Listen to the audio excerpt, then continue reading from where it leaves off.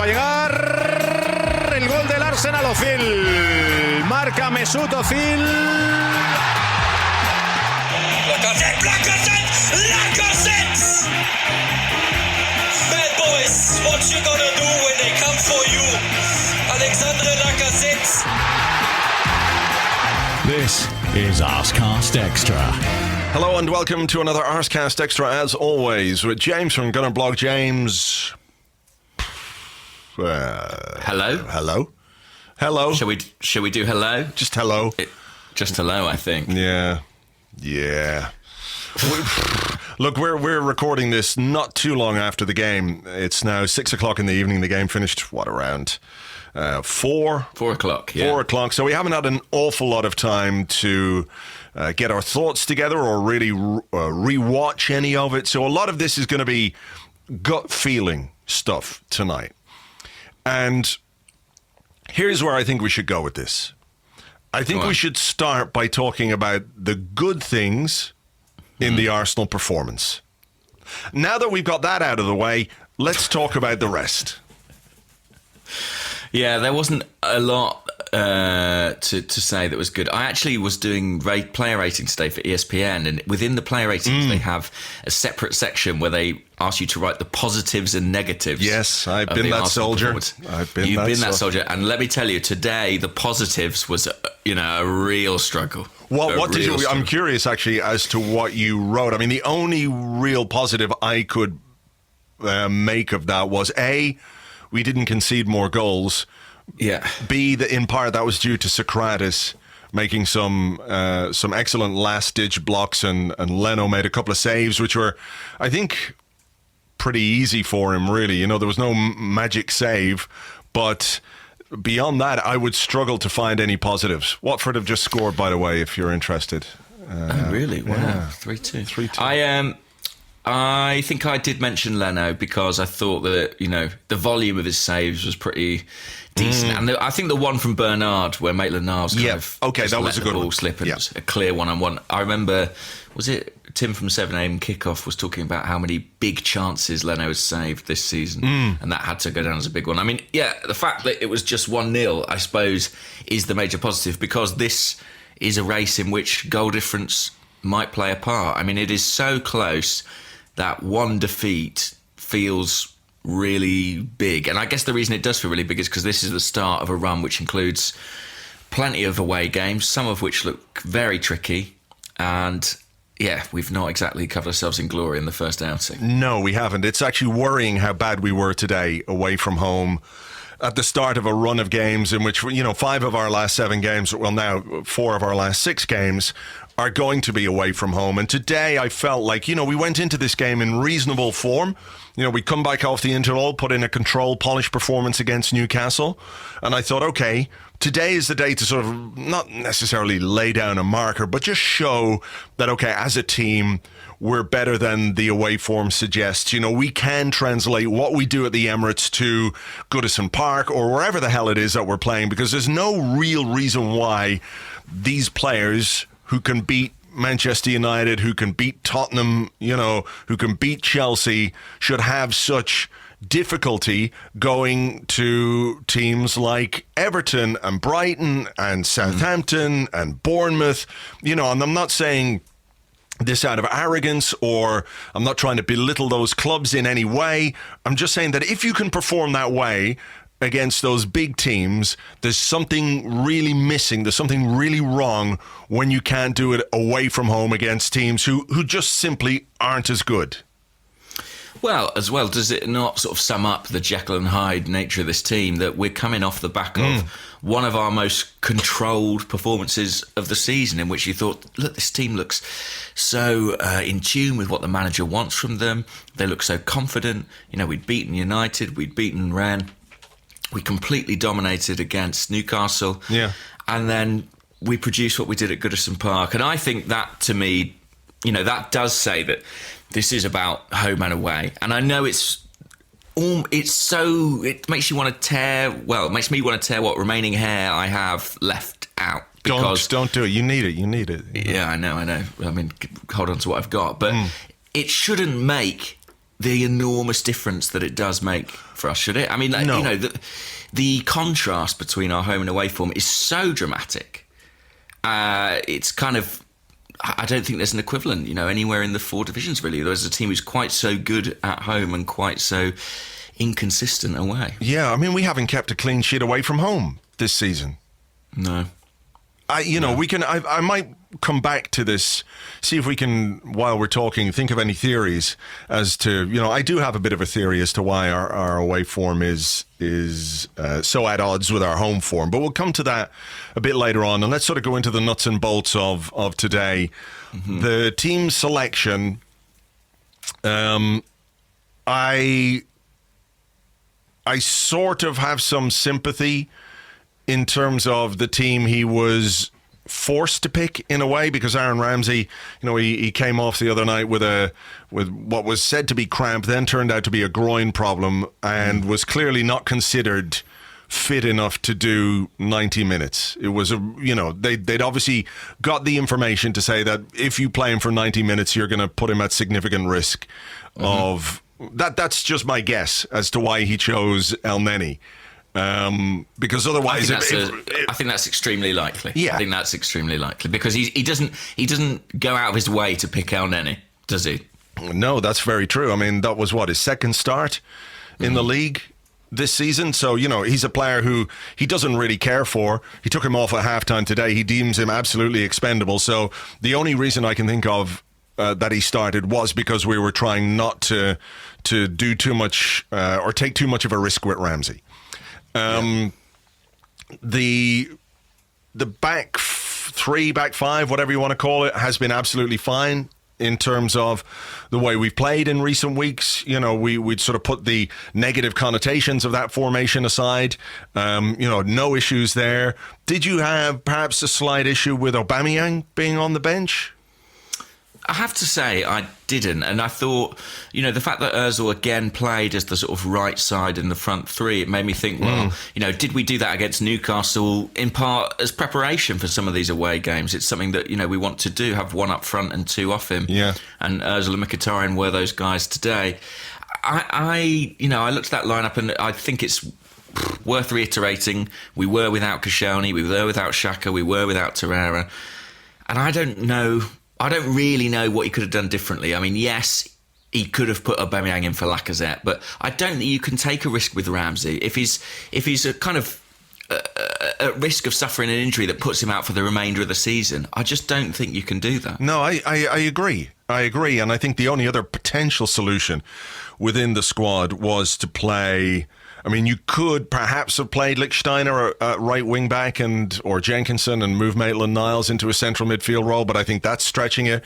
I think possibly you could have taken El Neni out and put Iwobi into central midfield, but I think that would have raised as many eyebrows as the selection that he did make. It was basically all he had left in terms of midfielders, with Ramsey, nursing an injury, Xhaka out, and Torreira suspended. That's the extent of our central midfield options. And, the way they played today, both of them would suggest that we need to add some depth there. And when you consider Ramsey is leaving, there's a big job of work to do in the summer when it comes to addressing our central midfield. But that's for another day. What about you? Did you have a concern about Lacazette versus Aubameyang? No, I don't think it would have been Lacazette versus Aubameyang. I think I could have played Aubameyang and Lacazette. I think that's what I would have done rather than play Mkhitaryan. And I can see why he chose Mkhitaryan. That the ostensibly a guy who will...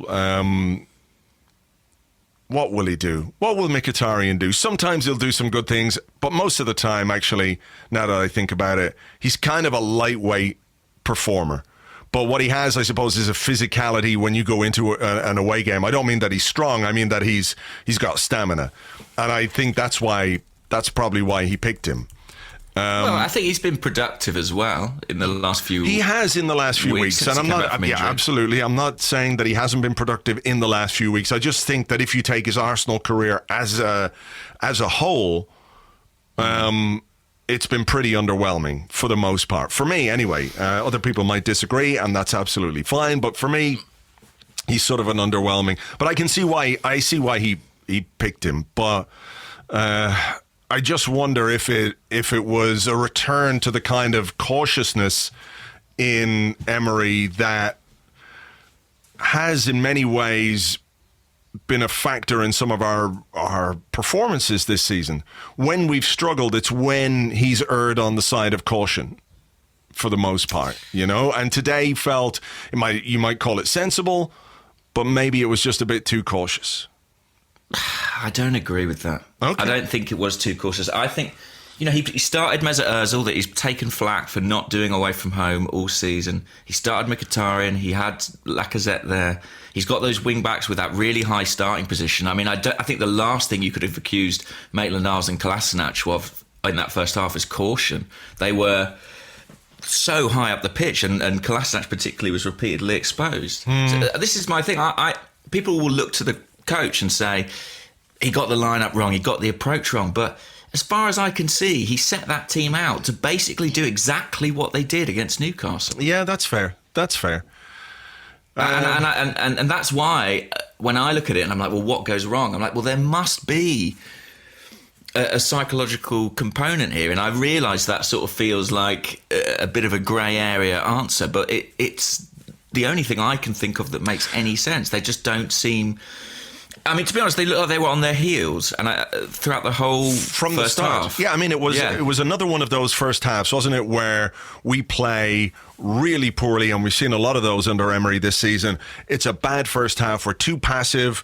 We're not competing. We're not. I know we can talk about the intangibles and how difficult they are to measure, but you can see with your own eyes when a team is up for it, and you can see when they're playing on the front foot.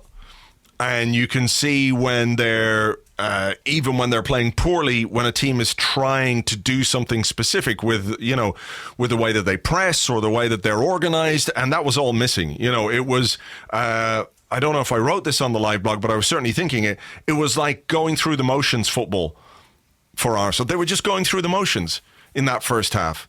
It was football by numbers. There was nothing interesting or exciting or... what's another word I could use here? It just felt like they were, we'll play 45 minutes and, you know, if it doesn't work, we've got another 45 minutes to turn it around. They didn't seem as driven or as up for this game as I thought that they would be, particularly when you've got to address that away record. And I think, you know, going back to your point about the team selection and all that kind of stuff, I take that point. Absolutely. What I don't think a coach can necessarily legislate for is so many players being bad on the day. Yeah. I agree with you on that front. And I mean, I mentioned the player ratings. I mean, it was very difficult to give anyone above a 5 today for Arsenal. You know, we were in that territory and players were poor, but I do think that focus was an issue in the game. I almost wonder if, because, you know, we actually started in the first couple of minutes quite well, and we had that move where Lacazette probably ought to have had a penalty, you know, when he had that shot and the guy takes him out. Was it Zuma? I forget exactly who brought him down. And I don't know, it almost felt like after that we seemed to go into our shell, like we were feeling sorry for ourselves for not getting the decision, and Guendouzi putting a bit of a wild challenge on Luca Dean. What was the referee talking to him about before that? Because a couple of minutes before, he had a word about the penalty. I presume he had been protesting about the penalty. Okay. Right. And he was like, listen, keep it quiet. Shut your mouth. And then, I mean, I guess there was frustration in that challenge, but I mean, you know, it was a really silly booking in the first 5 minutes and actually probably had some part in the fact that he didn't leave a big imprint on the game from that point. Yeah, absolutely. He had to play conservatively. He couldn't make a challenge. The midfield was weak enough as it is already with El Neni and Guendouzi. That is not a partnership any of us really want to see on a regular basis, if ever again. I'm quite sure that I don't. But yeah, it was a silly booking to pick up. And, you can say he managed it well, in that he didn't, come across the referee's radar again, but he had to play within himself then. and we were already lacking something in midfield. And that just contributed to the fact that we couldn't make or couldn't take any control in a key area of the pitch. Even late on, I think I put something in the live blog. I can't even remember who was on the ball, but it was around the 71st minute of the game. I put it in the live blog so I can remember. Let me see here. Maybe I didn't put it in. I thought it was around the 71st minute. Yeah, 71 minutes and 6. And I remember looking at an Arsenal player with the ball, and in the centre of the park, there wasn't an Arsenal player anywhere. There was nobody anywhere. Nobody for him to pass to, and we saw that throughout the game. Ramsey was looking for people to pass to. When we had throw-ins, people were standing still. All that kind of stuff where, there just wasn't the requisite effort, physical effort, to make life difficult for Everton. And on top of that, players were bad. Mkhitaryan was bad. Ozil was, Ozil away from home. Maitland-Niles was bad. Kolasinac was bad. Mkhitaryan, bad. There's the sawing going on next door to you. That's bad. Yeah. There were a lot of, as you say, 4 and 5 out of 10 performances from far too many players. But so... And Everton, I think, adopted a relatively physical approach. I mean, Dominic Calvert-Lewin is not the world's greatest centre-forward or anything like it, but he scrapped for everything today. And, Arsenal just weren't winning enough of those first and second balls. And, Richarlison should have done a lot more than he did, given the space that he got time and time again on that right flank. I mean, I've never seen a player get in behind quite so easily before. Yeah. It was really alarming.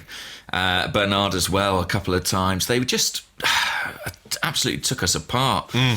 And physically, we weren't there. We weren't at the right level. We weren't switched on enough. And it's really disappointing because the stakes are high at this point in the season.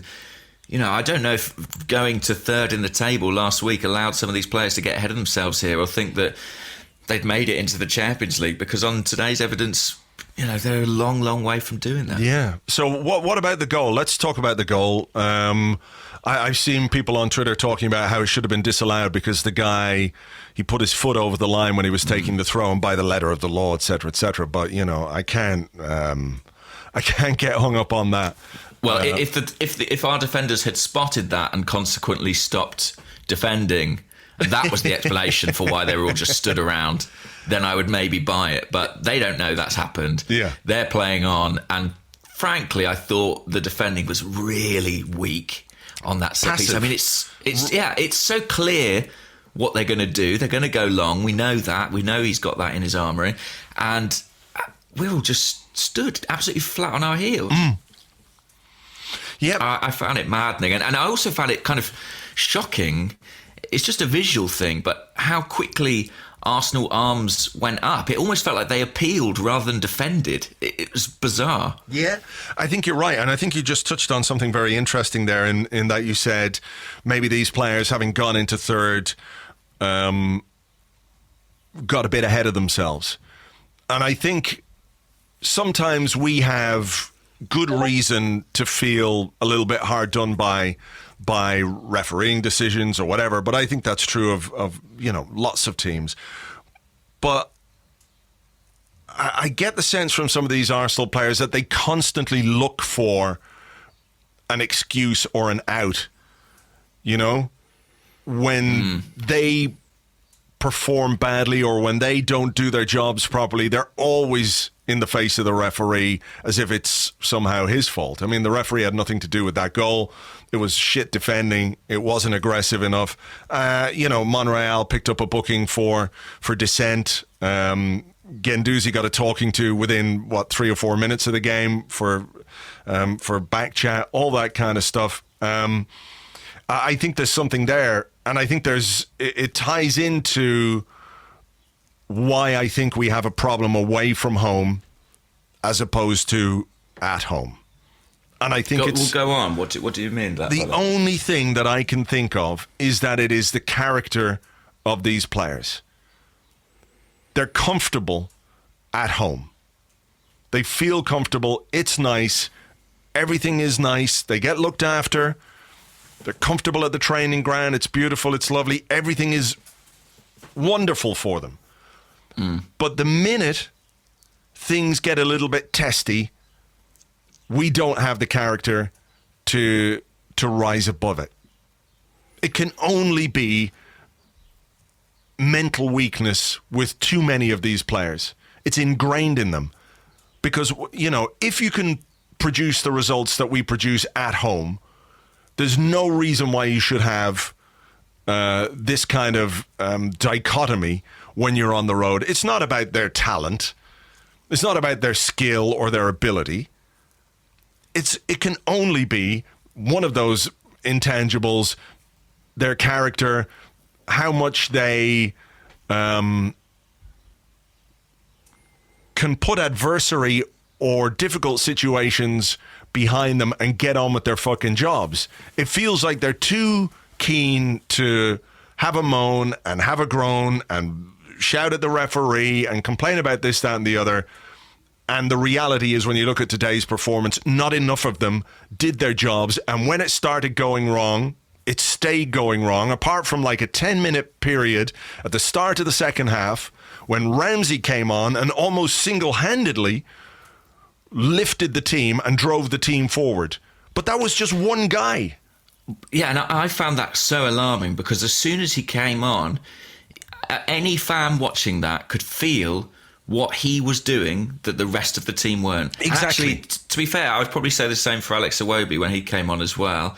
There was a intensity to their game that just was not there from the start, from the rest of this side. Yeah.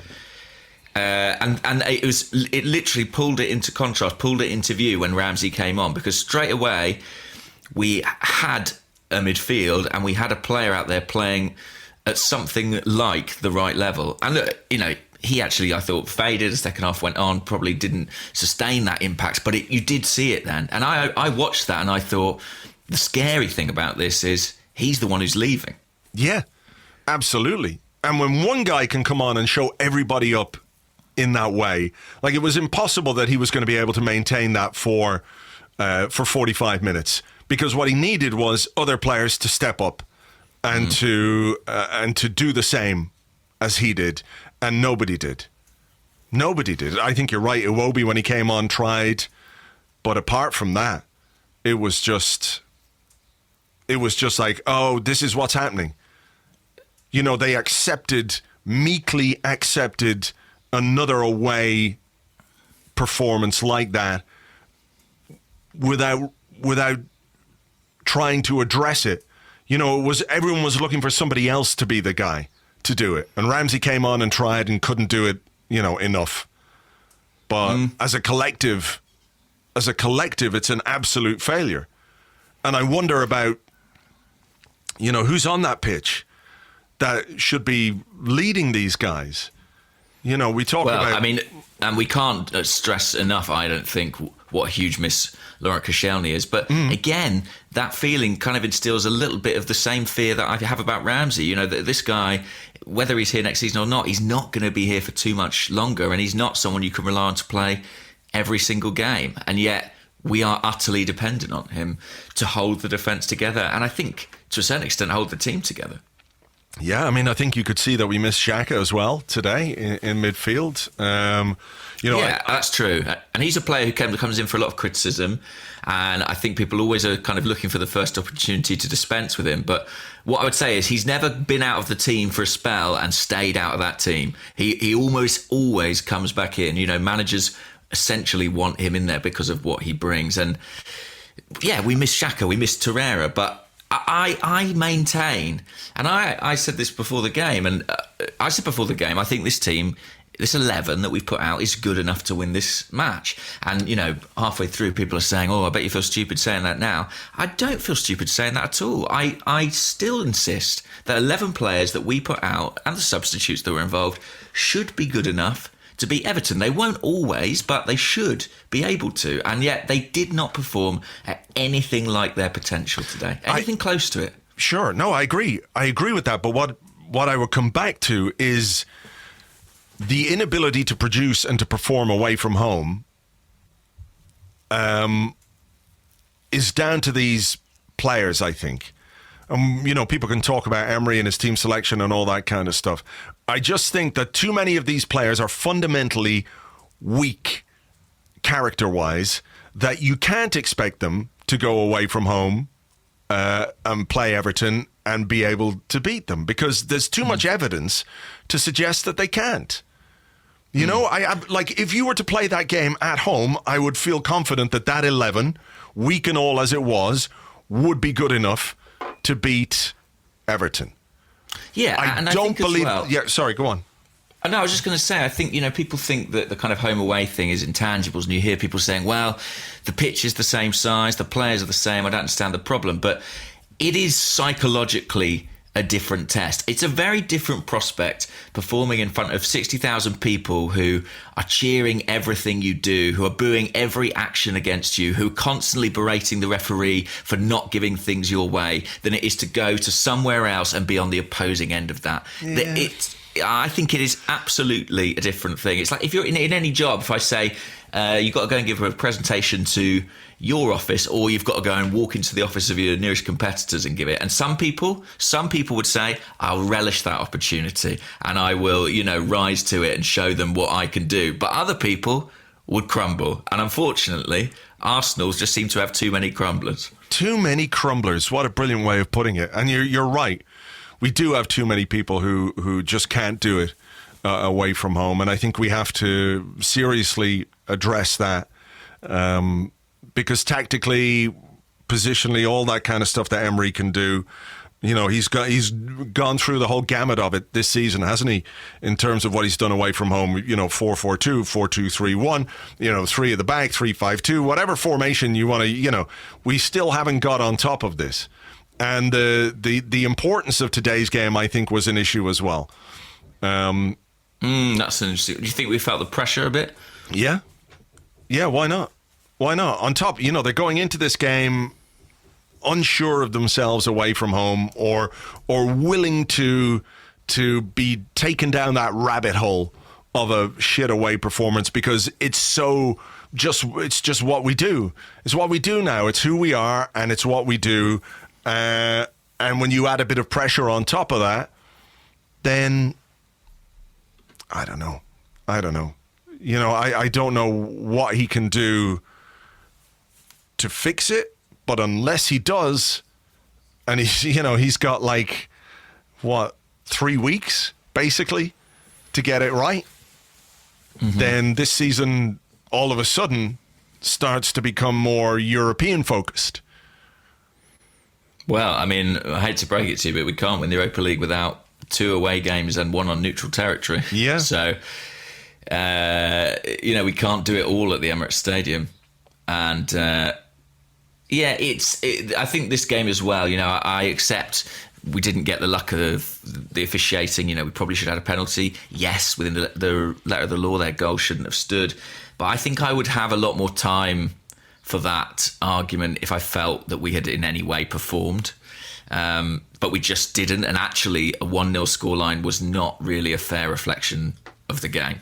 Yeah. They ought to have put us to the sword, really, particularly in that second half. I think they could have really run away with things. Yeah. And the fact that we got into the last 10 minutes with a chance of scraping something back, I couldn't believe it. I could not believe our luck that we were in with a chance of scraping a point in this. I was like, this is a gift from the gods. Maybe we're going to take it. Maybe it's our day. Maybe we're going to escape with a very, very lucky point. And to be honest, it never at any point felt like we were going to do that. I heard Emery say after the game, we had 3 good chances. And I'm really, really struggling, aside from the Aaron Ramsey volley that went over the bar, to think of any. I think the only one that springs to mind is Mkhitaryan curling one just wide. I'm not sure you'd necessarily say that was a good chance.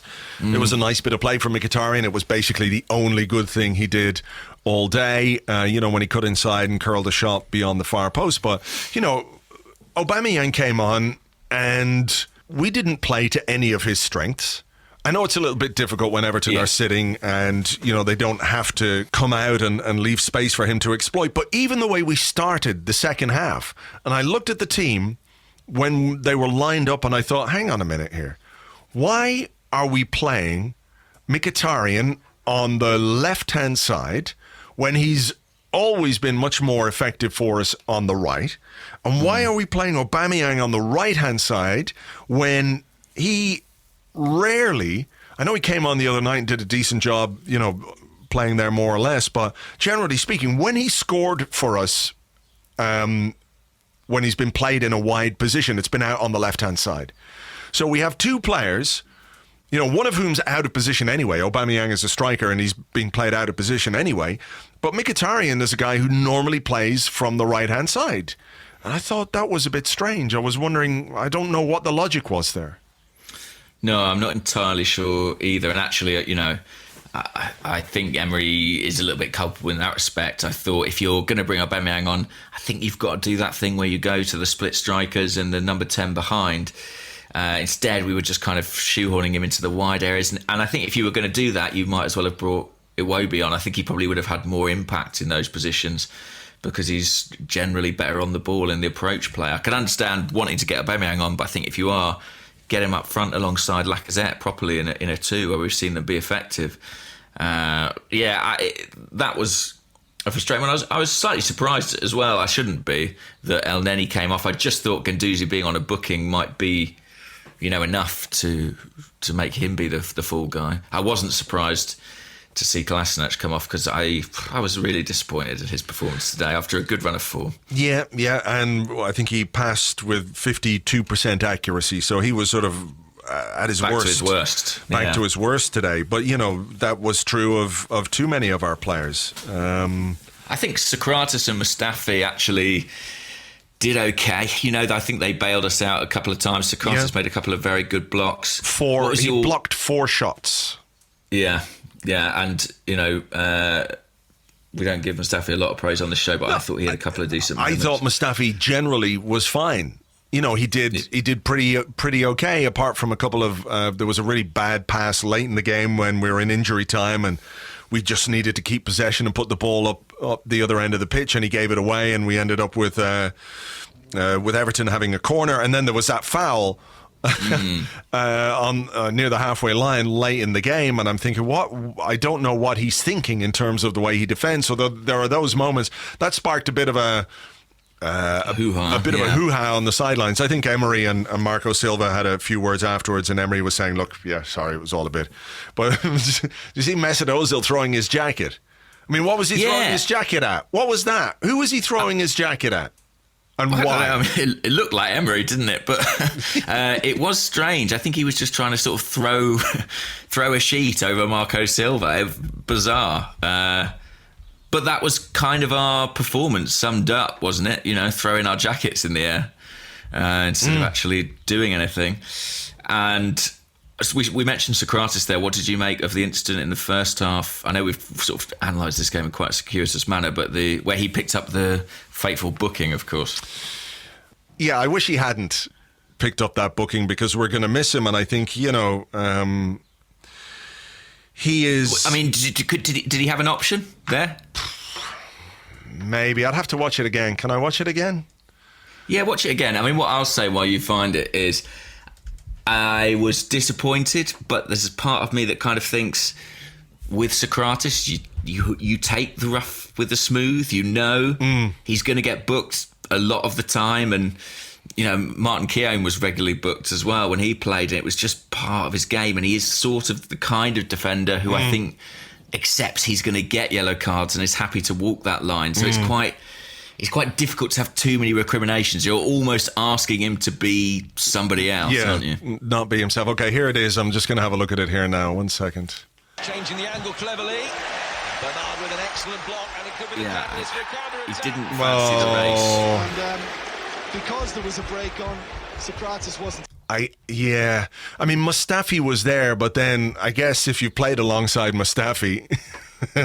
he's just thinking, I can't possibly let this be his responsibility. Who knows? I mean, for all he knew, Mustafi could be about to step up and play offside or something. So, yeah. Well, what he's done is he's given Mustafi a place in the starting 11 guaranteed for the next 2 games. Well, absolutely. I mean, look, we have Koscielny hopefully to come back in alongside into that back three, I should say. Still a doubt for Thursday. Still a doubt. Really? Okay. Yeah. So what? Wow. What the fuck do we do? But of course, Socrates can play Thursday. That's not. Oh yes, of course. An issue. Yeah. Okay. Well, that's fine. But in Premier League terms, it's not ideal because I think when we're going to. Who have we got? Is it Watford and Palace, I think? Watford and Palace. So Palace is at home. I would like Socrates in the team to face Troy Deeney and his, gigantic cojones and all that. Well, I guess, is it good news in a way? Watford have just qualified for the FA Cup final. Maybe their focus won't be quite so much on the Premier League. The other side of that coin is they'll be absolutely flying after coming from 2-0 down to win that game. Yeah, maybe so. But maybe you're right. It can be a thing where players aren't quite as committed because they don't want to get an injury to miss an FA Cup final. And maybe the other side of that as well is Wolves could be a bit disheartened. Having lost that game from 2-0 down, it could be a confidence blow to Wolves. So fingers crossed. I mean, I realise I'm absolutely and utterly clutching at straws here to try and We're all doing it. Don't worry. Anything that might make our away form or our away chances even better or slightly better, I should say. Look, I think maybe Socrates could have let that go, but. Like you say, it's not the kind of guy that he is. That's not what he does. He's always going to make that kind of a foul. I think he tried to disguise it, didn't he? But it didn't work. Yeah, he always does. I mean, what I would say is as well, you've got to accept those bookings. They're not all needless, stupid bookings. Some of those bookings that he's picked up probably prevented goals. He can be quite smart with his bookings, or at least prevented good chances. So you have to accept the cost of that. And unfortunately, it has cost us. Yeah. But I mean, I'm just looking now at the match stats for the game. We had 57% possession, but mustered just 7 shots. Everton 43%, 23 shots. 23 shots? Yeah. We let them have... I mean, it doesn't feel wrong by any means, but that's a lot. It is a lot. That's a lot, isn't it? Jesus Christ. The vast majority were off target, only 6 on target. But those 6 on target were from very good positions. And yeah, they took us apart way too easily. And we are a team who we know we have defensive weaknesses. We know we're liable to concede stupid goals. When we've been at our best is when we've found our forward play, clicking into gear. And it just never did that today. And if you think... back to the Spurs game, which I suppose was our last Premier League away game, was it? And which felt like a bit of a turning point. Sadly, we just weren't anywhere close to that. No, not at all. What you don't want is for that to feel not like a turning point, but by like an outlier, an anomaly. Yeah, I have a big worry now after this game because I feel like they know that there's a problem. They know there's a problem away from home. The players, I was going to say they aren't stupid, but I think some of them might be. But that contributes as well, doesn't it? If we're talking about this sort of psychological element, when you go out there knowing, right, we're not very good at this, that must play its part as well. I think it does, and this only adds to that as well. It's like instead of making it slightly better and building the confidence slowly and making ourselves, feel more secure away from home, we've only just added to those doubts. We've got becoming a self-fulfilling prophecy, isn't it? Exactly. We win at home and that builds momentum. We lose away and that builds momentum. And a very worrying momentum. I mean, you and I both predicted in our predictions that we would win this fixture. What the fuck was I thinking? What was I? We were pissed out of our minds when we did that. I don't know what we were thinking. I was high on the cannabis. It was about 2 p.m. on a Thursday. We were all over the place. But I mean, what I would say is there are going to be twists and turns. And I think, there's real despondency out there about this result. And I do understand why. But we are 4th. And we've all played the same amount of games. It is still within our control. It's in our ridiculously greasy, slippy, flappy hands. Is that what you're saying? For now. Yeah, for now. For now. I agree with you that there are going to be twists and turns in this chase for a top 4 place. I just worry that we're going to be the ones that are doing all the twisting and turning, or most of it. We're going to be landing on more snakes than ladders. Exactly. We'll be twisting like, who was the twisty guy? Chubby Checker? Yeah. I think so. I mean, yeah, it doesn't feel great. Because actually, you know, when you look at our remaining fixtures, the away trips are against teams who sort of are a bit like Everton, you know, where you sort of never quite know what you're going to get. You feel like they can get the occasional big scalp, and when you look at the teams they might get the scalp of, it's like kind of prime suspect number 1. I mean, Leicester, Watford, Wolves, they all come into that category of games we make look harder than they ought to be. Yeah. Well, look, I think fair play to you for trying to find a positive, little bit of a silver lining to today, because I really can't. I don't think anybody, apart from maybe Socrates and Leno and Ramsey, you know, Iwobi, nobody really comes out of that game with any credit. And I wouldn't mind slapping some of them with a wet fish. Yeah, it was a horrible way to spend 9 minutes of my life. There's no doubt about that. It was in no way entertaining. It wasn't even sort of one of those games where it's like... So bad it's good? No. It wasn't funny. It was just sort of painful and boring. Really boring, actually. Really, really boring. Yes, I agree. Okay. Anything else we should touch on from the game? Any incidents or moments or any more of that shit that we need to go through again? Or? I think we've shoveled through enough of it. We're going to have to shovel through more in the questions. So let's save what we can till then. All right, we'll take a break. We'll come back with your questions and more in part 2 right after this.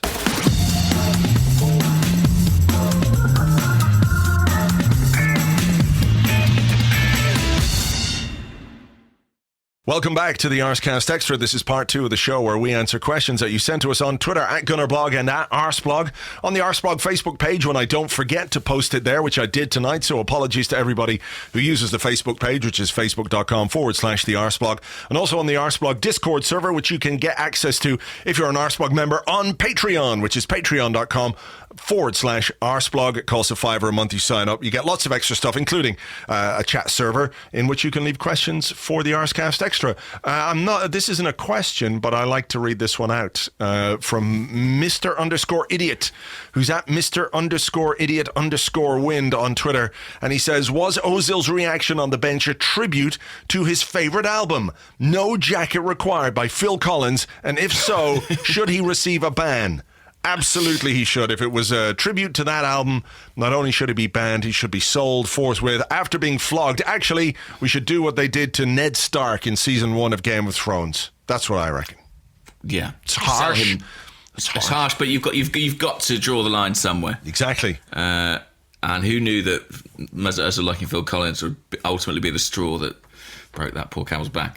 Let's have this question from 7 a.m. kickoff. I mentioned him in part 1. And Tim asks, are Arsenal overperforming at home or underperforming away? Underperforming away. That's right. Yeah, I think so. I think they're underperforming away. For the last 2 seasons, we've been really good at home. We've sort of been consistent enough at home that it's kind of difficult to argue that that's kind of a fluke. Yeah, you know? Exactly. That's my point. Whereas we've been better this season away from home than we were last season. But, the bar was set so low last year that it wouldn't be difficult for some minor improvement just to happen as a matter of course, But it's definitely an underperformance away from home rather than overperforming at home. But for me, anyway. Yes, I know exactly what you mean, but I think Arsenal are underperforming away, but I think there is something bigger than that happening, which is, when a team becomes a cup team, where they're sort of not very good in the leagues, but they're good in the cups, it's kind of difficult to decipher why. Yeah. I think Arsenal have become a home team. They have become a team who are excellent at home and bad away. And I think it is sort of endemic now. I think it is sort of in our culture.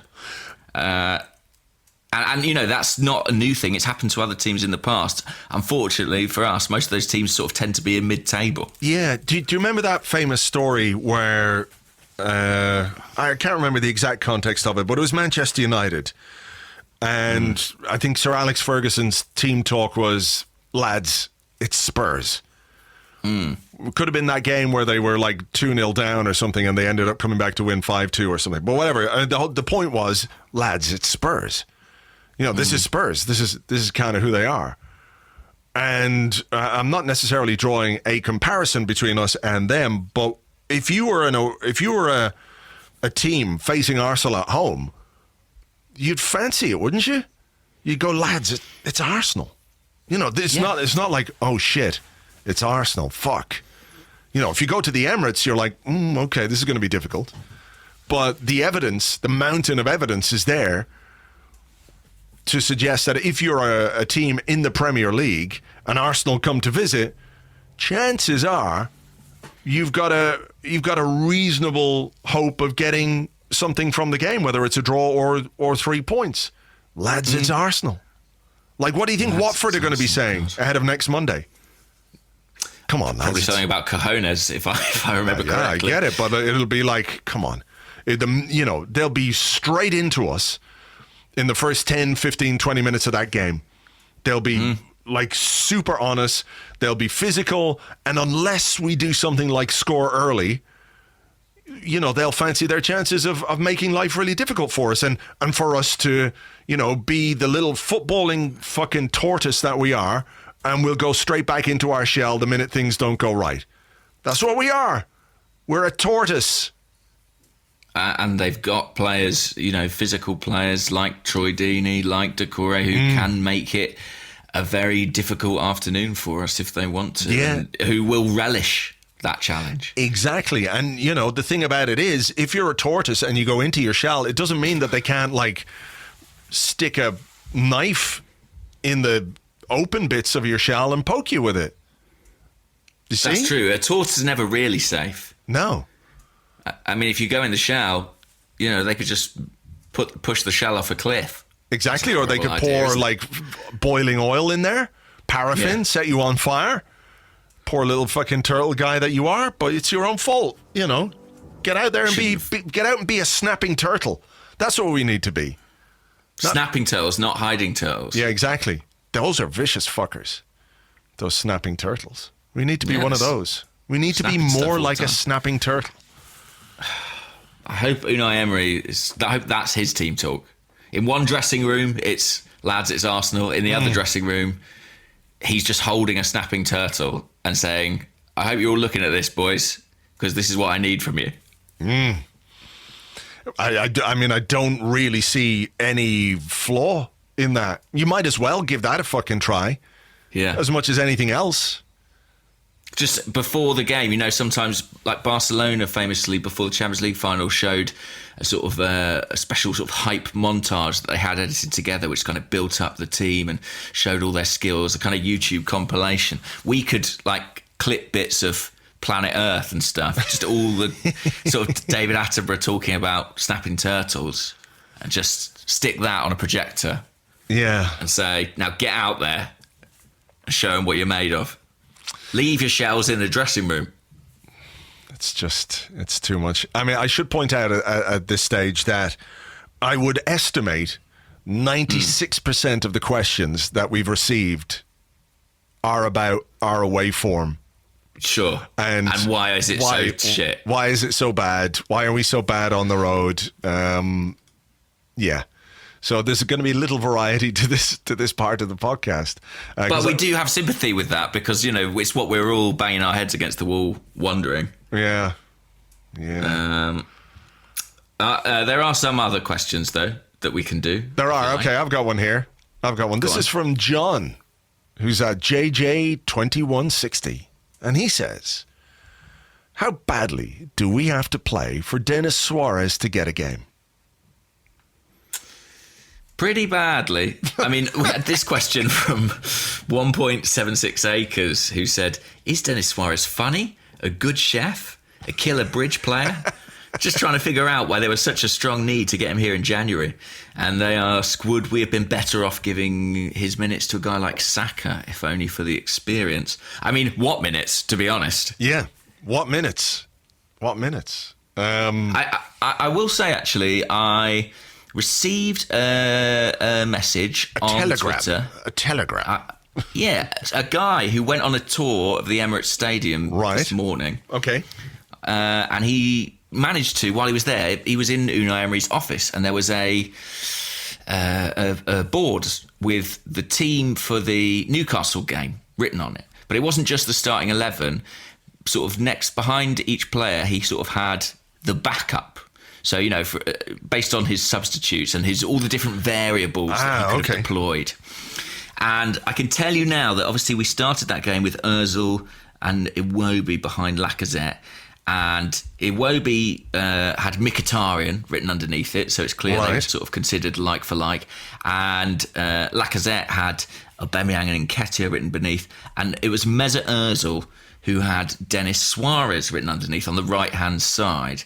So that was Denis Suarez's role in the matchday squad, putatively, is that he was the backup for Mesut Ozil. But I suppose what that does tell you is that perhaps when Denis Suarez was signed, Unai Emery did not anticipate Mesut Ozil becoming a regular part of the first team.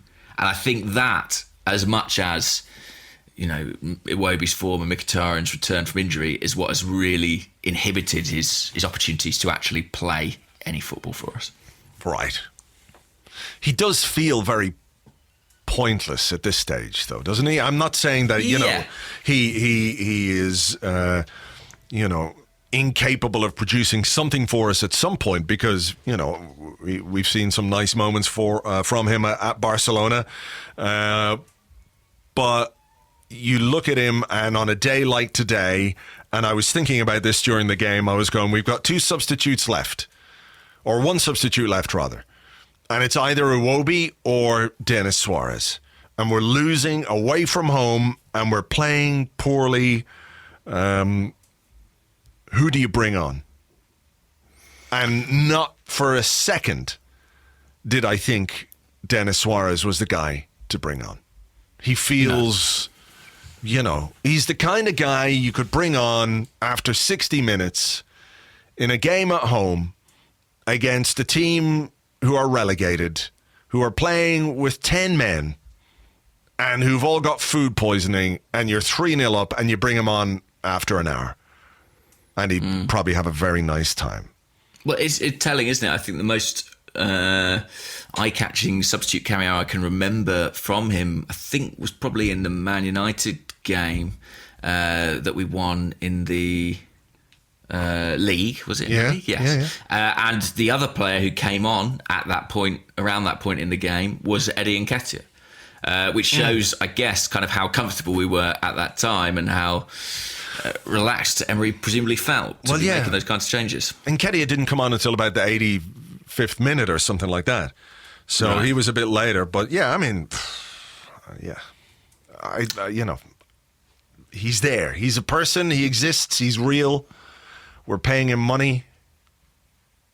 I mean, the thing is, he's kind of, you know, the El Neni of the playmakers. You know, El Neni's been that sort of peripheral figure in the squad, but then there've been a spate of injuries and suspensions. Suddenly he's in the team, and, you know, you can't legislate for that. It's not unthinkable that Mkhitaryan, Ozil, Iwobi could go down with injury or illness or whatever, and then suddenly Denis Suarez has got his chance. But if everyone's fit and firing, I don't really see how he gets a look in at all. Yeah. I think he's a safety net. I think I've said this before. He is. He's a safety net player. Okay. I've got a question from Discord. Go on. It's from Mark 2510.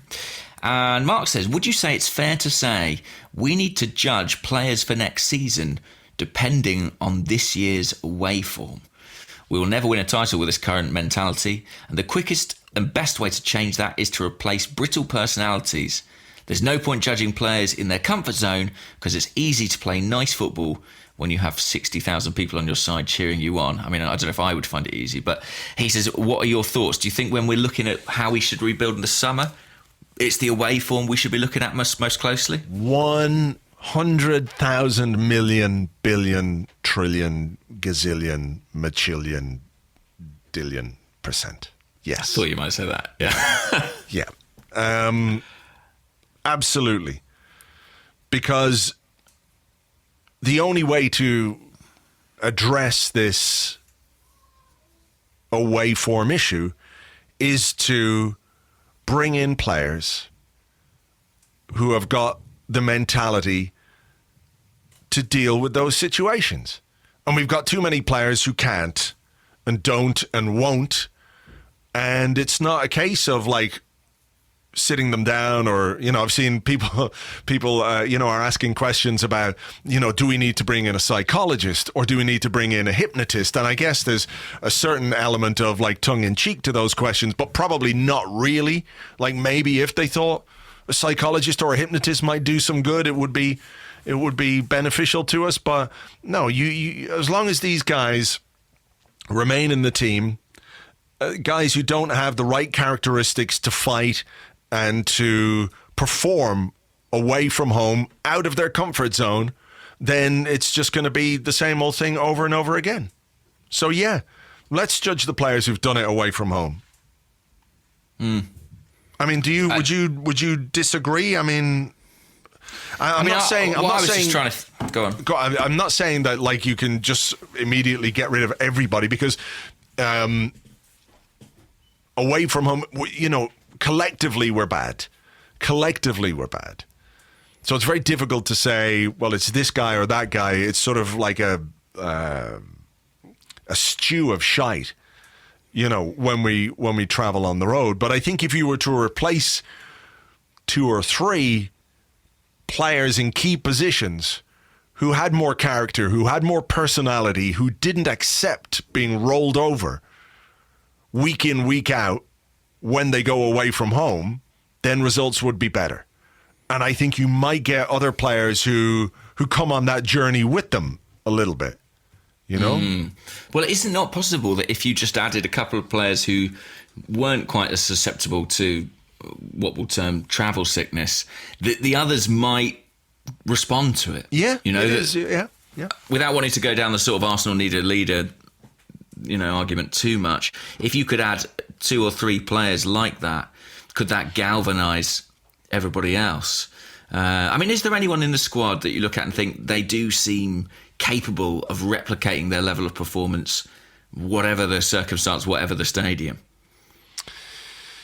Hard to think today, certainly after what went on. It is hard to think today. I just think that today maybe we exacerbated that with, a central midfield that had no control whatsoever. And we weren't able to dictate the game or control the game in any significant way until Ramsey came on. And Ramsey did his thing for 10 or 15 minutes. And then Everton realised, hang on a minute, it's only Aaron Ramsey. He's the only one doing it. So if we can get around Ramsey quickly and get the ball off him, then all of a sudden we stop Arsenal. And that's kind of what happened. They got back into the game and created all those chances. So I've forgotten exactly what your question was. Just, is there anyone who we sort of think, look, we can count on them away from home as well as at home? Maybe Socrates. Socrates, I would say Ramsey. Monreal normally. Ramsey or Monreal normally, but I think today was a day when we saw Monreal's legs getting a little bit heavy. I don't think he had the legs to cope with what happened today, and that's a little bit of a worry. Who else? Guendouzi we don't know because he's still too young and too raw. I think today was another example of why it's reasonable to be cautious with Guendouzi and the expectations that people have for him. And I think historically it's not a new thing, is it, that young players might find it easier to play in a home environment than away. I seem to think that's always been the case. And, Arsene Wenger was often reticent to throw younger players in. And I think Guendouzi and Maitland-Niles both struggled at Goodison Park. What do you think? What do you think of Ozil's performance today. I'm not going to sit here. Don't set me up here. What are you trying to do to me? I'm not. I'm just genuinely curious because, I don't want to point the finger of blame at him because, as I said, it was a collective malaise today. But we've seen throughout the season that Unai Emery has been reluctant to pick him away from home in the Premier League. Today, he picked him away from home in the Premier League and made him captain. And whatever you want to think of the role of captain, there is a certain measure of responsibility and leadership that comes with that. And I don't mean to say that Arsenal's performance with Ozil as captain was reflective of Ozil's character or whatever. But, it was another day away from home against reasonable opposition, not brilliant opposition, not a top six side. Everton are, a decent enough side where it passed him by. And maybe is today the sort of game where you think, okay, well, the team hasn't played particularly well, but we've got a wonderfully talented playmaker, creative, visionary, genius, mercurial talent who, if the team isn't doing so well, he could be the guy who could step up and do the job for us. But, is Ozil not the personification of that player that we're talking about away from home? That weakness away from home. And, Ozil fans will go crazy at me, maybe. But it has been an issue with him throughout his Arsenal career, not just under Unai Emery. Arsene Wenger quite often didn't take him on some of the more difficult away trips. When we had to go, north of the wall and play the Wildlings, Mesut Ozil was, sitting at home on the Iron Throne. Yes. Quite a few Game of Thrones analogies, references, yeah. In this, it's coming back. So we need more dragons. We're not sponsored. We need more dragons. We need a snap. Well, that's a big snapping turtle or dragon. Yeah. What did I think? I don't know if I would have started Mesut Ozil today. I mean, he didn't start at Spurs, and that was our best away performance for some time. I think if Aaron Ramsey had been fit to start, I actually think there's every chance he would have started in the advanced role like he did against Tottenham, linking up with Lacazette and breaking beyond him, possibly with Mkhitaryan. So I think that was probably a factor. He wasn't great, no, and I think there is something to be said about him being captain of this team on this day and that being somehow emblematic. The thing about Ozil is, often people say, well, Arsenal don't really play well unless Mesut Ozil plays well, and sometimes that is true.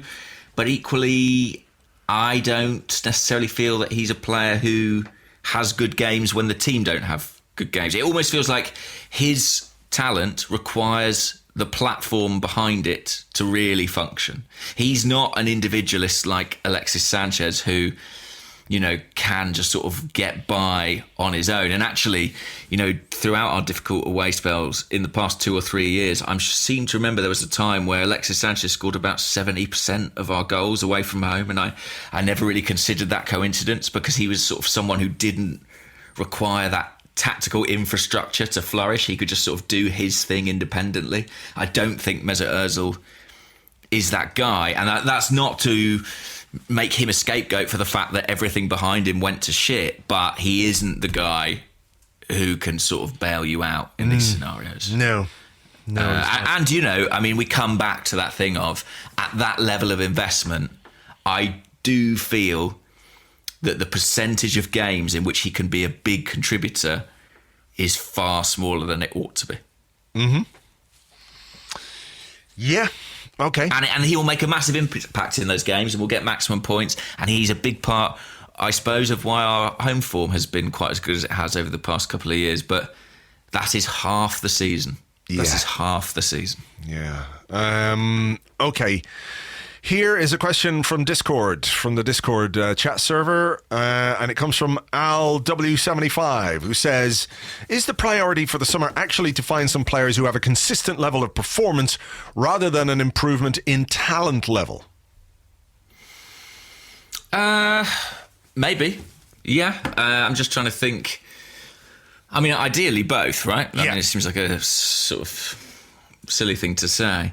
But I do think consistency would be good. I suppose if we had someone who was, fractionally worse in home games, but would produce the same performance away, that probably would be better for the team. I know it doesn't quite work like that. Isn't consistency part of talent, though? Yeah, I think you're absolutely right. Consistency is quality, isn't it? Yeah.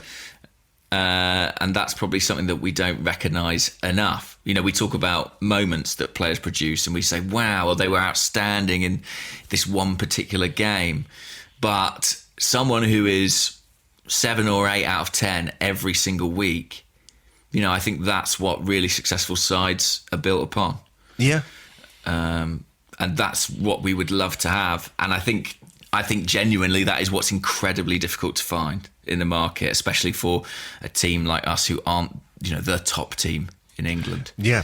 You know, the two go hand in hand for me, to be honest. You know, consistency of performance and level of performance is what makes really good players. There's a lot of good footballers out there, but what makes them not great players or star players is their inability to do it on a consistent basis. You know, somebody who can produce week in, week out, or, you know, everyone will have fluctuations of form, but you know that they can give you something most of the time rather than give you something occasionally. And we've got players who can give us stuff 50% of the time at the moment due to our away form. That's why if you said to me, sort of hypothetically, I can give you a Nacho Monreal who's 4 years younger, or you can have Sead Kolasinac, I would take Monreal every time, even though Kolasinac can have those games where he's absolutely outstanding and this huge attacking threat. Monreal probably very rarely hits quite those heights, but he at his best, at his peak, was giving you 7 or 8 out of 10 every single week. And it strikes me that defences particularly are reliant and dependent on consistency of personnel and performance. And in terms of performance, we've just really, really lacked that. We've really lacked it in the last few years, to be honest. Yeah. So I would love players who are more consistent. It's a tricky thing to scout for. You've got to do your homework. You've got to watch pretty much an entire season of a player and then make your assessment. But that's their job. Yeah. Okay. I mean, yeah. Speaking of that kind of thing, but not necessarily thinking of anyone in particular. Let me just see if I can find this question here. It was also on the Discord. It's from Corby, who says, if you could have prevented 3 signings in the past, which would you choose? Prevented 3 signings. I guess let's say from the benefit of hindsight. With relation to the team. No, any 3 signings in Arsenal history. If you could have prevented them, what would I think I probably would prevent Mustafi. I think pretty much any centre back that we bought for that kind of money probably would have fared better. Yeah. In the intervening period. Other bad signings we made. I mean, if you want to go back further, someone like Chris Kiwomya was a pretty disastrous signing, wasn't it? In terms of what we paid for him for Ipswich, it was a lot of money at the time. But I guess we had other players in that position, so it wasn't a huge deal.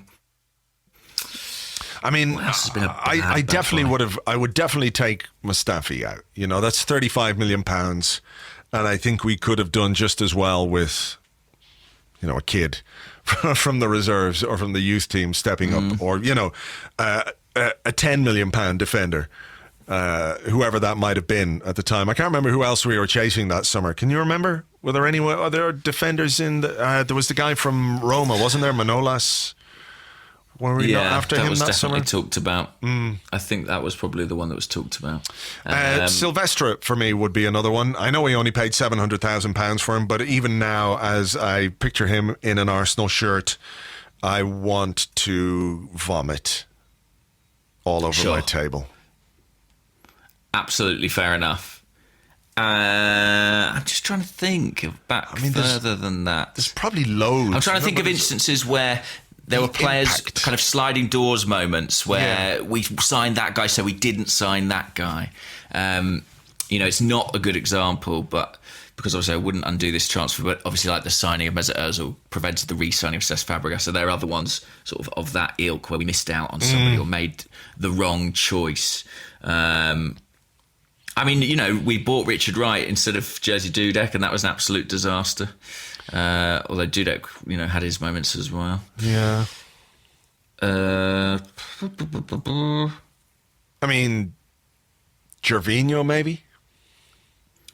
Yeah, I mean, I'm not sure how realistic it ever was, but that was kind of a period in time where people were comparing Gervinho and Hazard, isn't it? Because they were both starring for that Lille side that won the league in France. And, we ended up with Gervinho. And I remember people making sort of big arguments on blogs about why we'd got the better end of it by getting Gervinho, how his stats were superior and things like that. Yeah. It certainly didn't prove to be the case.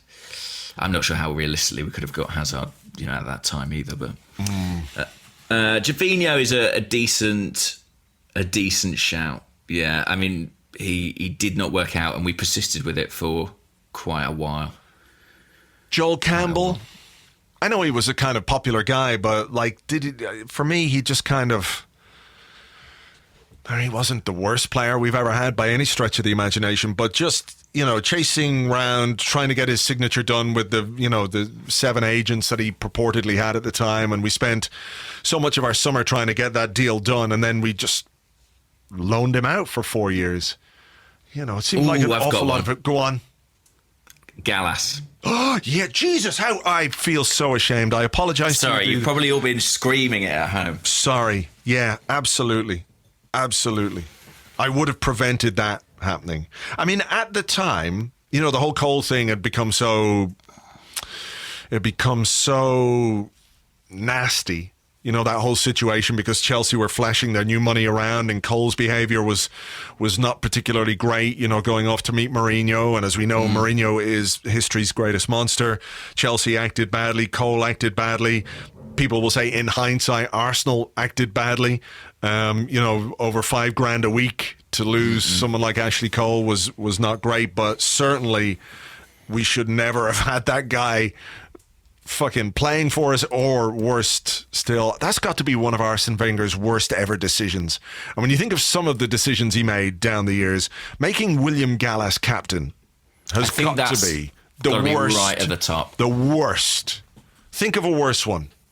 I mean, Park Chu-young, we paid £2.5 million for him. Yeah. At least we got that rap battle video with those two guys in South Korea who, wanted to kick your head in or whatever. Burn my face, yeah. Burn your face off. Yeah, sort of no harm, no foul there. But Gallas, I think making Gallas captain was an absolute disaster, and I think really hurt the squad. I think it sort of almost fractured the squad. I also think it did, because most of them thought he was an absolute cock. Yeah. And I know that for a fact. I mean, on paper, when the transfer went through, it was a decent enough deal. Gallas had been really good for Chelsea until he started threatening to score own goals for them and things like that. And we were at least weakening a rival, who was taking one of our best players. But he was a disaster as a signing. Really, really. And then he went to play for fucking Spurs, the cunt. Yeah. God, I would love to undo that. Yeah, I think that's the king of all signings to undo. Have you got any more? I don't know. Shall I have a look? Yeah, I did have one, actually, about...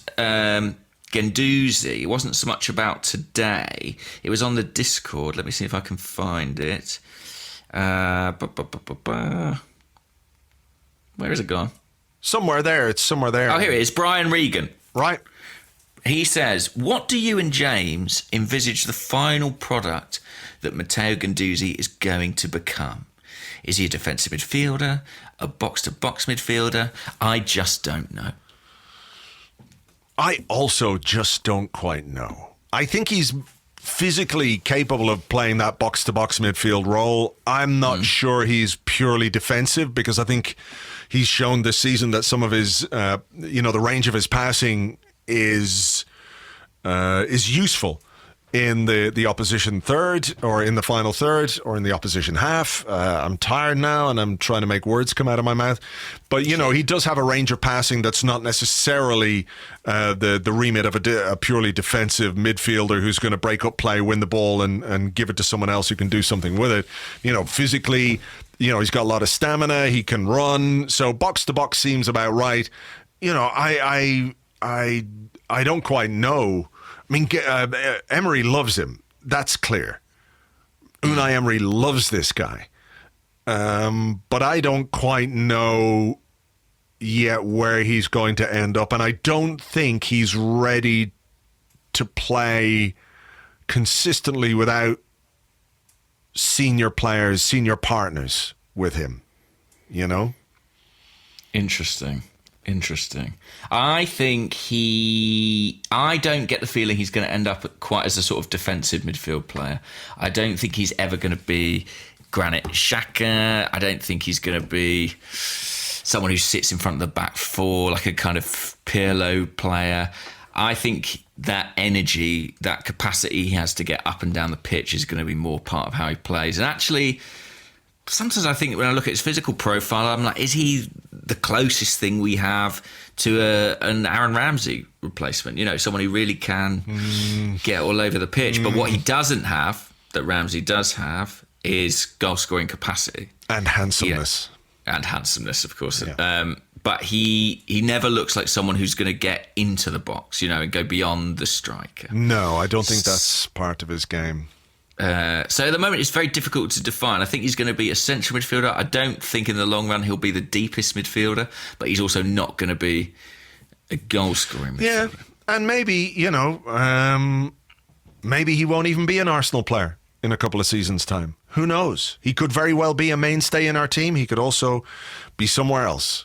Either because he's so good that someone else has taken him, or because, you know, he hasn't quite lived up to his potential. It's just so hard to say about a player that you've only seen for a year who's still only 19 years of age. So it's difficult. I've got a couple to finish with. Go on then. First one from Matthew Cooper, who's at Cooper M, where the O's in Cooper are zeros. And he says, are we going to lose all our away games? And if we are, do we basically have to finish the Napoli tie at the Emirates? Weirdly, I sort of don't worry quite as much about the European games away, which I know is silly because I remember Barté. Right. Okay. Yeah, I don't know. It's just a gut feeling. Yes, I think the home leg is going to be massively important. I don't think we'll lose all our away games. That's what it's come to. I don't think we'll lose all our away games. I'd go as far as to say we'll probably win some. The issue is going to be, you know, how many of them and what other teams do. I do think the home leg against Napoli is important just because we are so good at home. I can actually see us producing a brilliant performance and going there with a lead. But nothing we do is going to make me confident going into the second leg. That's for sure. Right. Even if we win 5? 10-0. 10-0? Yeah. Okay. 5-0 maybe. 5-0, okay. I'll be confident. I think we need a big game. I think we need a big game on Thursday for sure. You know, I do wonder if the away thing is simply away, or, you know, if the players feel a little bit uncomfortable and intimidated by going to Goodison Park, which today was quiet at times, that's not the word I'm looking for. Eerily quiet. There were periods in the second half where it was just so quiet. It was really strange. You know, if they're getting intimidated by that, what the fuck are they going to be like in Napoli? Where basically everyone who isn't an Arsenal fan in that stadium wants to kill them, like, you know, just kill them. Yeah. Well, yes, I'm not feeling great about that. Okay. A day at a time. One day at a time. Okay, we might feel good come Thursday. Final question, and this is a really good one. It comes from Darren, who's at Daz Clark 89. And he says, would you rather go to jail for a year or go to jail with a Rubik's Cube and you can leave when you're done? I don't know if I've ever had to do Rubik's Cube before. Can you do them? No. I'd go to jail for a year because I'd spend the rest of my life in jail if I had to do a Rubik's Cube in order to leave. Yeah. I think you just take the year and you get on with it. I mean, yeah, because what if you can't do it? Yeah. What if you just get stuck and you're like, no, I can't figure it out? No. You know the way there are those people, they show the videos sometimes and they like get a Rubik's Cube and they scrunchel it all up as, you know, as scrunchily as it can go. Sure. And they hand it to some guy and he goes, and in 14.3 seconds, he's got it done. He's done. Yeah. It's all perfect. There are people like that And then there are people like me who as good as they are at doing it, I'm as bad. I could be there for 50 years and I'd never do it. It'd be like the fucking Shawshank Redemption. Yeah. It'd be like, old Blog's there. He's been here for 50 years with his Rubik's Cube in the corner. I'd spend the rest of my life in jail. Sure. So I'd take the year and whatever came with it. At least I knew I'd get out. But the idea of sitting there on my like jail bed with my fucking bucket to have a poo in or whatever, and trying to do a Rubik's Cube, no, it would just be so frustrating. And at some point, although you could peel off the stickers, couldn't you? And do they do that anymore? Do they have stickers on them? They used to have stickers. Really? Yeah, the cubes, they used to have stickers and you could just peel the stickers off. But they'd figure that out. Too easy. I think they're solid now. Yeah. I think they're just that clever. I wouldn't be able to do it. A year in jail for me.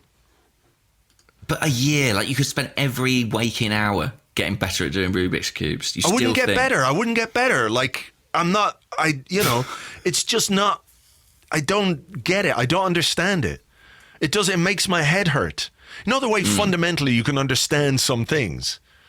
Like when I cook, for example, I don't really follow recipes. I just kind of know how stuff works. Sure. Right? You just got natural aptitude for whatever that is. Do you ever see someone who can't kick a football? Yeah. I mean, I'm not talking about you. Sure.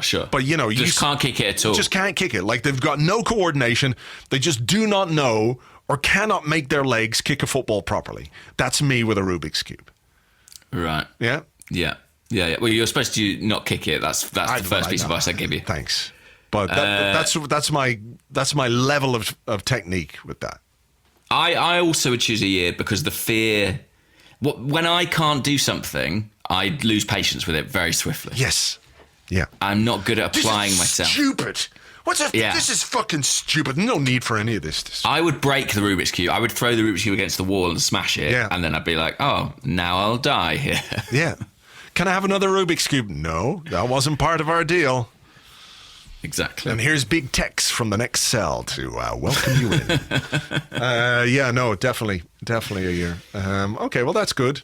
I'm sure there are other people out there who would say, oh, that'd be easy. You just do it. Eventually you do it. Surely, is it like the monkey's typewriter thing? Monkeys and typewriters and works of Shakespeare, that if you just sat there for long enough going, eventually you get it. Maybe. I don't know. I don't think so. They say that, but I still haven't seen a monkey write anything good. Do you know what I mean? Yeah, that's true. Maybe it's I would just be one of those monkeys just hammering away at that Rubik's Cube. Yeah. Not coming to anything. Yeah, there was a raid here in Dublin during the week. Right. And they got a load of guns. The police went in and they found this house with a load of guns, load of cash, load of drugs, and a monkey. And the monkey, he had organised all these guns? I don't know if the monkey was the leader of the gang or not, but it was definitely a monkey. It just seems suspicious that he would be there. Do you know what I mean? Unless he's being framed, and the gangsters were like, "It wasn't us." We could see the cops coming. Quick, get the monkey. Put the monkey near all the incriminating evidence. So here's what they found: 2 machine guns, 5 loaded magazines for the machine guns, a magnum, 200 rounds of ammunition, 200 shotgun cartridges, a kilogram of cocaine with an estimated street value of €100,000, 29,500 pounds worth of cannabis herb. I believe the kids on the street call that weed. Hydraulic presser for the cocaine, and a monkey. And there was also 6 dogs and a horse. I mean, these people weren't lying low. They work for the monkey, I guess. Yeah. They're like his henchmen. The monkey going into the meetings, with 3 dogs either side. Exactly. Right, riding a horse. Yeah, exactly. Brilliant. At last, we found something to laugh about on this awful day of football. Brilliant. Okay. Well, I think we should leave it there. We are going to have another Arsecast Extra on Friday because we play late on Thursday night. Yeah, against Napoli. If you Is wanna... it late? Is it? It's not 6 p.m. silly No, one, it's is it? 8 p.m. o'clock. I think it's an 8 p.m. anyway. It is an 8 p.m. Yeah, okay. At the Emirates Stadium. So if you want to hear a bit more about Napoli, you can listen back to last Friday's Arsecast. Paolo Bandini, who knows all there is to know about Serie A, was on, and he tells us a bit about Napoli, what to expect from them, where their strengths are, who could be the danger men. But of course, we're at home, so we don't need to worry about any of their danger men until the second leg. But because the game is on late, we'll have an Arsecast Extra on Friday. Join us for that, and for now, I'm going to go drink a beer. Enjoy it. Bye-bye.